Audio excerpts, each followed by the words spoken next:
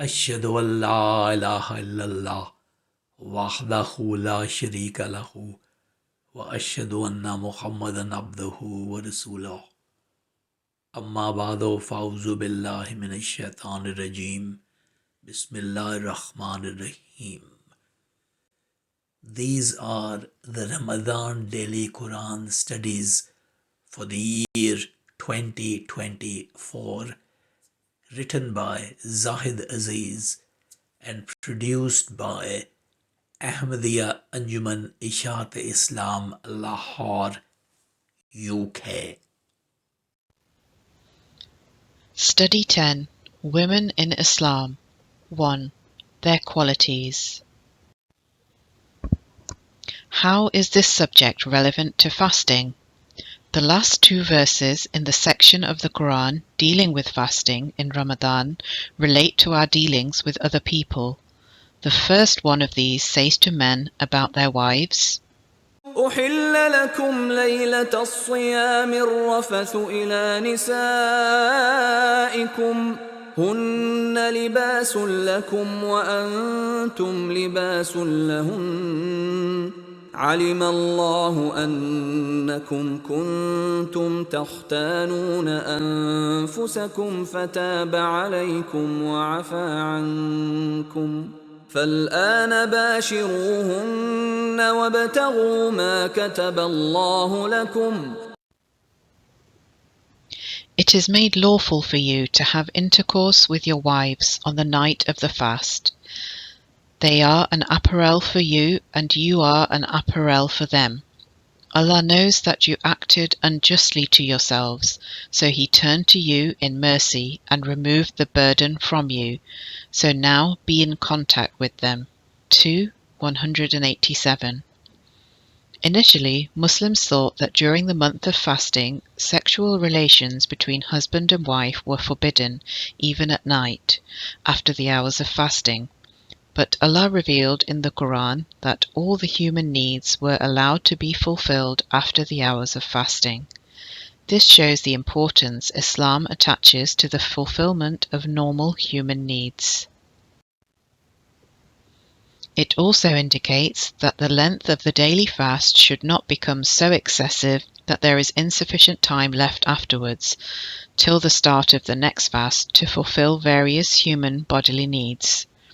Time is also required after the fast ends to say the Maghrib, Isha and Tarawih or Tahajjud prayers, which are obligatory.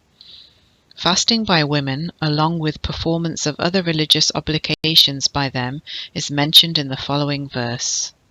إن المسلمين والمسلمات والمؤمنين والمؤمنات والقانتين والقانتات والصادقين والصادقات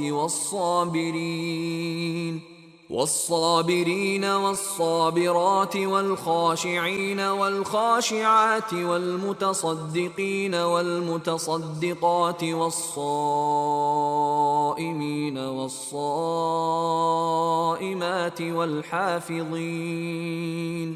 والحافظين فروجهم والحافظات والذاكرين الله كثيرا والذاكرات أعد الله لهم مغفرة وأجرا عظيما.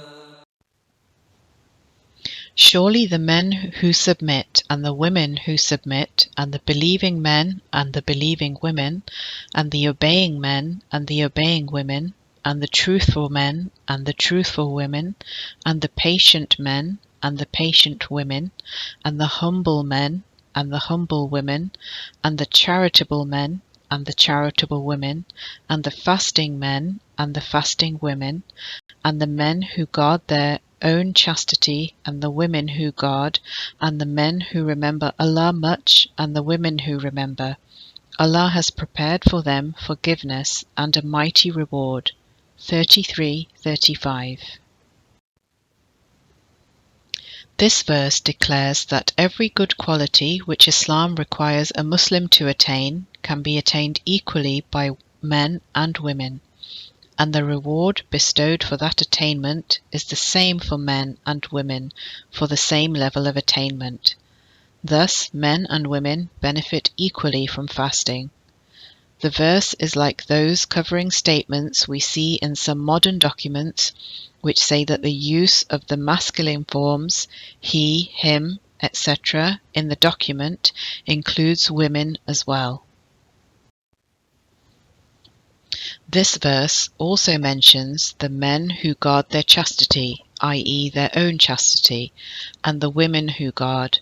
In Muslim societies, and in fact in some non-Muslim societies also, men regard themselves as being in charge of guarding women's morality and purity of character, while devoting little thought to guarding their own chastity. They keep a close watch to see if a woman has done something improper, but they are not concerned about their own improper behavior. But the Quran here lays the duty on men as well as women to be concerned about their own character in the first place. The verse quoted above includes the following quality: the obeying men, qanitin, and the obeying women, qanitat. It clearly means obedience to Allah in case of both men and women. Elsewhere in the Quran it says, so the good women are obedient, qanitat, guarding the unseen as Allah has guarded. 4:34. فالصالحات قانتات حافظات للغيب بما حفظ الله. Here again, by comparison with 33:35, it must mean obedient to Allah, but it is wrongly considered to mean absolute and unconditional obedience to the husband. The guarding the unseen as Allah has guarded is similar to the guarding of chastity mentioned in 33:35. It refers to guarding those private matters in the marital relationship which Allah requires us to guard, those matters which Allah has kept confidential between the marital partners should not be disclosed to others. Barakallahu lana wa lakum fil Qur'anil Azim wa nafa'na wa iyyakum bil ayati wa zikril hakim innahu ta'ala jawadun karimun balakun barrur raufur rahim.